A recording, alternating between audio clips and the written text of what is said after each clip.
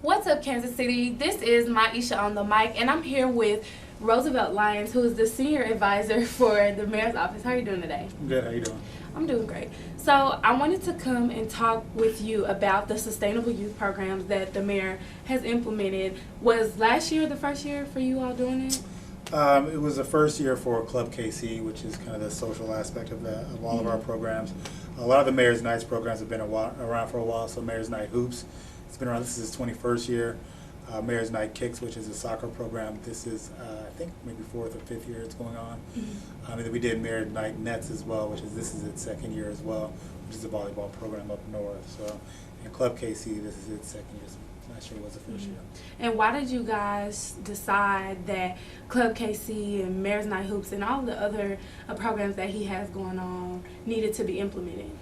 Well, some of the programs like Night Hoops have been around for a while, and for the same reason that we're doing them today, they were put in place years ago. There's a need for youth activity, especially during the summer months when there's not a lot to do, especially when you're talking about in the urban core, where there's not a lot of movie theaters, or there's no movie theaters.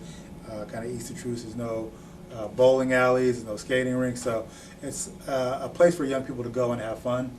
We added Club KC this year because what we heard from youth was, basketball is great, sports are great, but not everybody's into sports. So they wanted a place that they can go and be seen by their friends, hang out, have fun, listen to music, and so that's why we did the Club KC thing as well.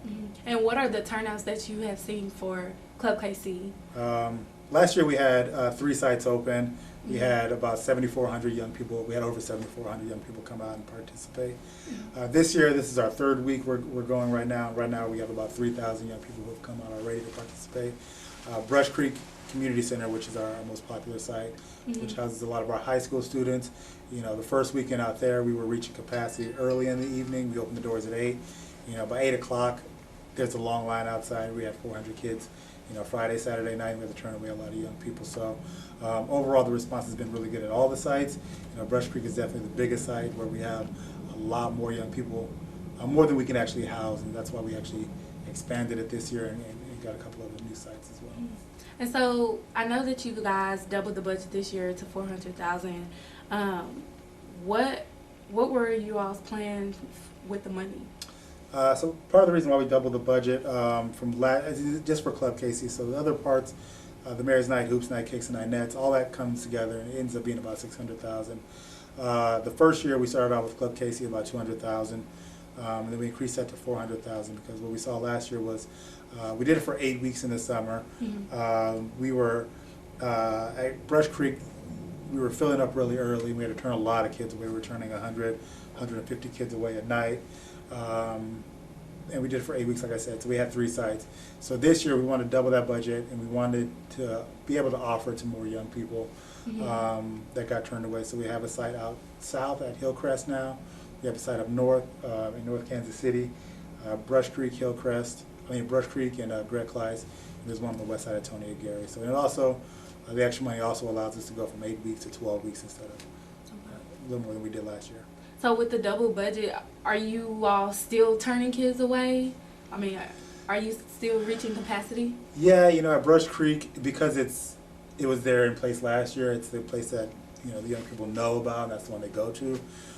So we still end up with a lot of people there, and we're trying to get more of them out to Hillcrest and those sites out there now, and give them a different outlet out that way. So we're still reaching capacity. We still have a lot of young people coming to that site. We're trying to promote the other ones, get them out there, and make sure they know about Hillcrest as well, and give that as an option. But once a place is cool and that's where everybody goes, that's just kind of where they continue to come back to. So that's kind of what we're doing now. And so let's talk a little bit about the whole plaza situation. I know there was a meeting earlier with the mayor about the whole extending of the curfew. Can you talk a little bit about that? Sure. There's been conversation about extending the curfew on the residential districts from not just the summer months but year round, and it's something that the mayor wasn't entirely comfortable with. We want young people to be able to go out and enjoy areas like the plaza, like Westport, Arizona Roads, whatever they want to do when it's appropriate. So putting a year-round curfew didn't quite sit that well, and we wanted to talk that through a little bit. You know, one of the problems is, you know, when earlier this year when it was we had some nice weather. Before the curfew was in place, there was a lot of young people that came down to the plaza. Some were disruptive, most were not. So we really, you know, before we take a big step like a curfew year-round, which kind of punishes all the kids for a few, we want to take a look at that. So we invited some youth and also adults in to have a conversation about what else we can do other than just a year-round curfew. And what are some things that the community can do to contribute to what the mayor is trying to do for you? You know, what we always want is ideally we want is parental involvement, family involvement in this process. Whether that's, you know, parents with their kids down the plaza, you know, parents coming in and checking up on Club KC, or parents out watching their kids at night hoops or night nets. That's what we really need, are for parents to come out and get involved and not just drop off, but to stay a while and make sure everything is going okay.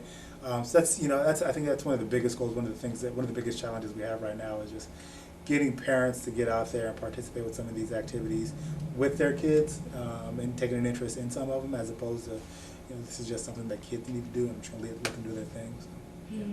And so that's about all the time we have. But before we go, can you just give our viewers some contact information if they're interested in being involved or helping out with Club KC or any of the other programs? You can find information. You can find my contact information, all the information about Mayor's Nights at our website. And that website is kcmayor.org/Mayor's Nights.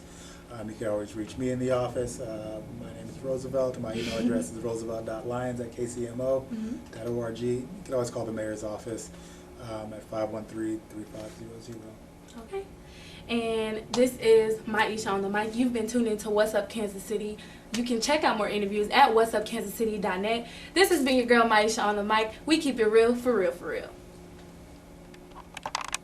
What's up, KC? This is Sydney. And this your girl Aisha. Hey, please check out our show, Girl Talk, where we discuss the latest and greatest things happening within our community. And please also check out Cascade Fashion KC, where we interview entrepreneurs that have it going on within their business and where they talk about their fashion. Also check out On Top of My Game, where we feature local artists and entertainments around Kansas City metro area. Also, check me out, DJ Retro, on kroo.org on Tuesdays and Thursdays from 1 o'clock to 2 o'clock. I slap a little bit of this and that.